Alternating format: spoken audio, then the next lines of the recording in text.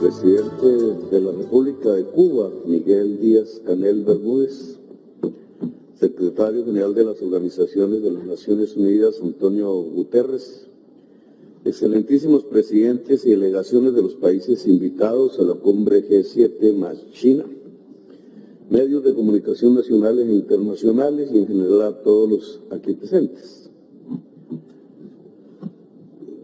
Se trata esta cumbre de hablar sobre temas que tienen que ver con la ciencia, la innovación y la tecnología.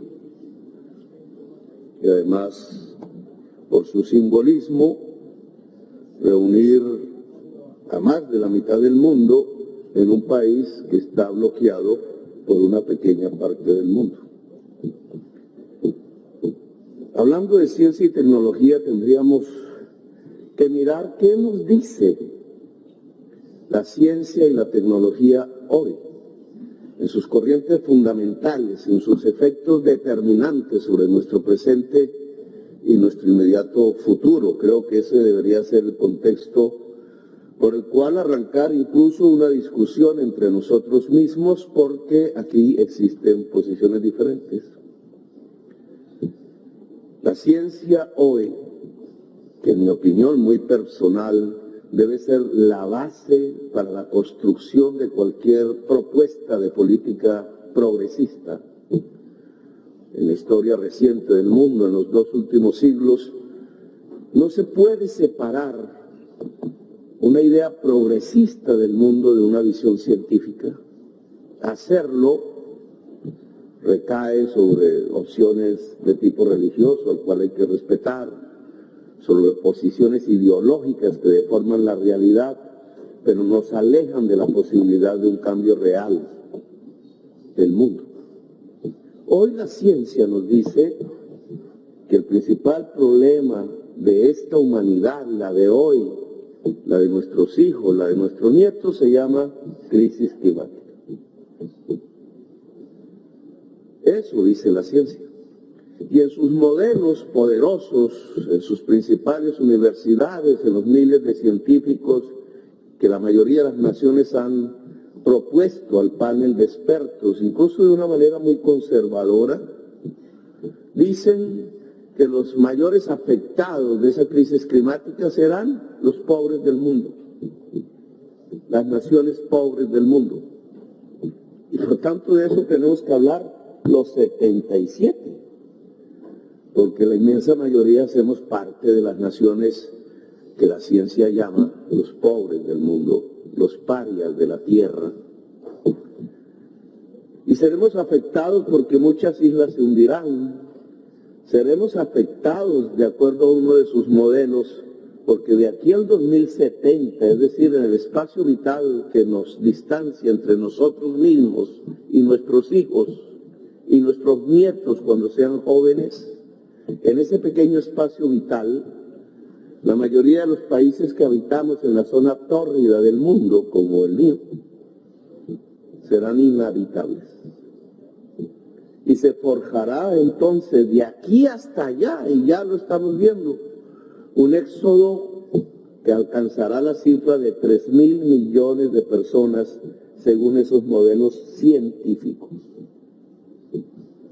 Un mundo así es inconcebible desde el punto de vista político. Sería un mundo violentísimo, si ya lo es, cuando el flujo apenas es de 10, 80 millones de migrantes. ¿Cómo será cuando sea de 3.000 millones? ¿Cómo será el mundo cuando las tierras de las grandes ciudades de nuestros países sean inhabitables? ¿Cómo será la política?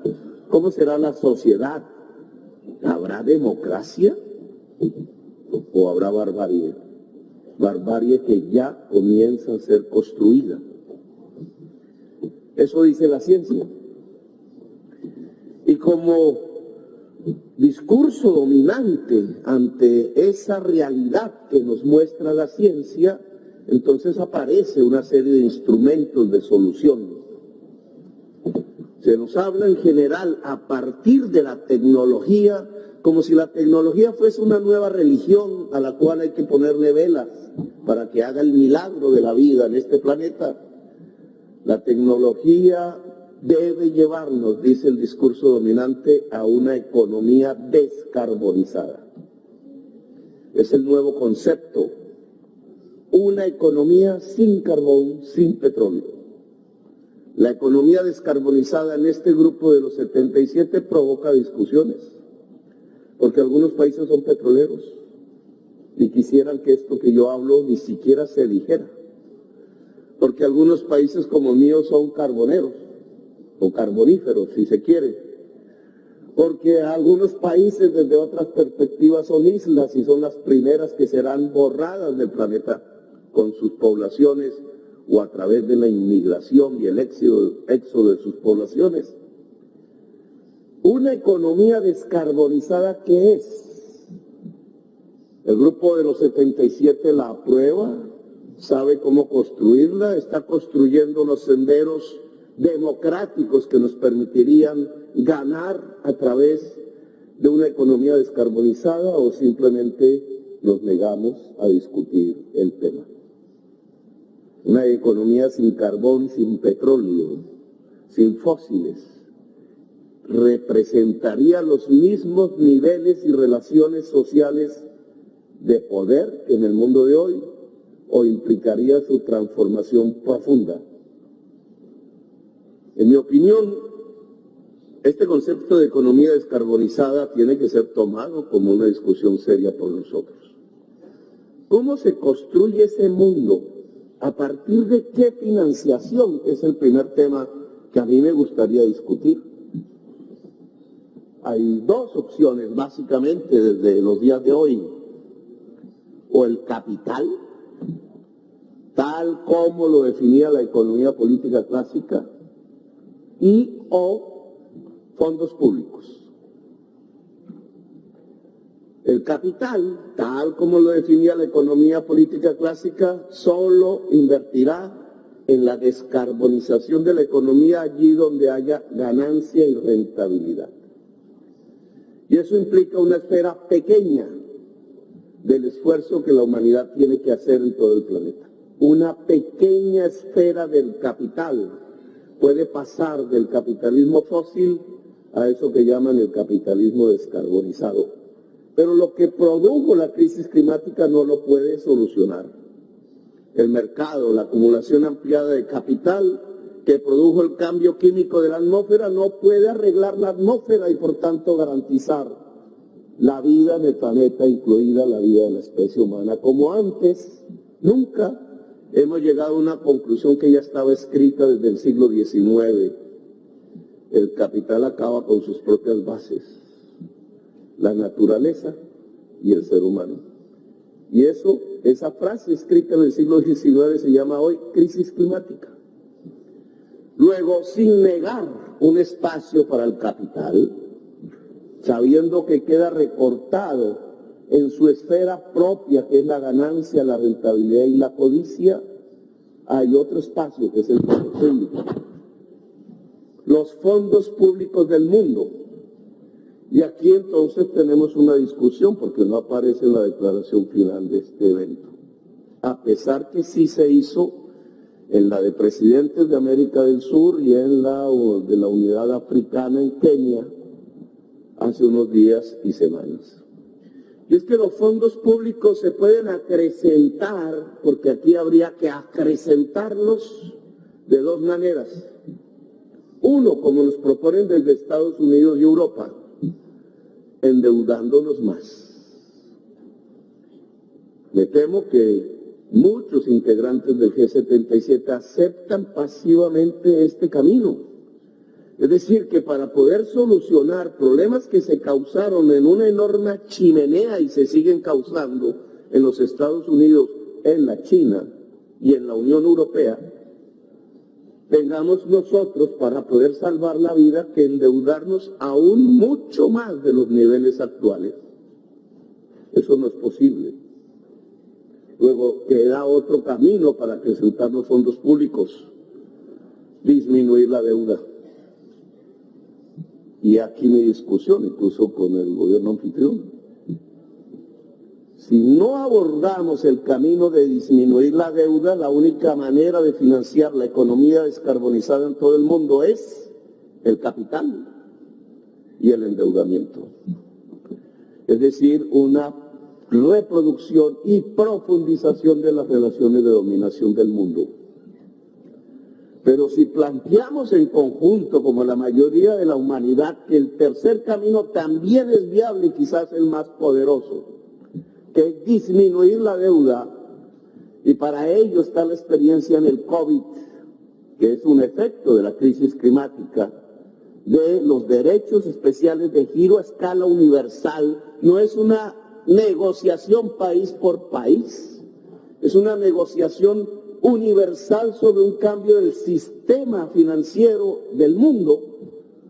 El COVID demostró que se puede, en pequeño, y se puede agrandar.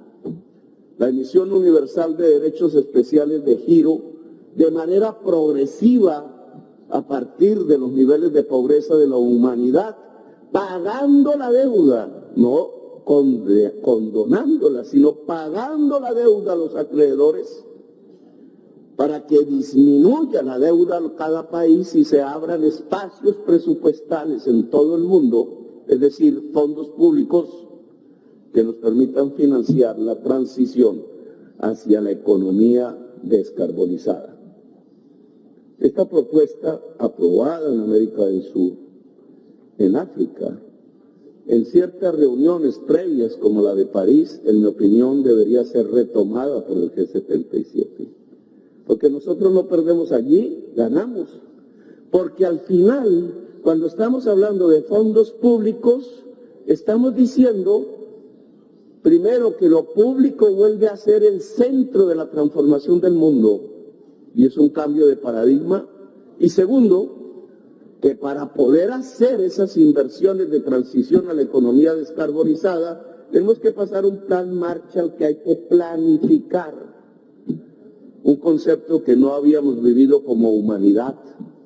Planificar a escala multilateral y a escala global para poder salvar la vida del planeta. Es decir, el reconocimiento en el pensamiento humano que la planificación humana es superior a la inhumanidad del mercado. No me quiero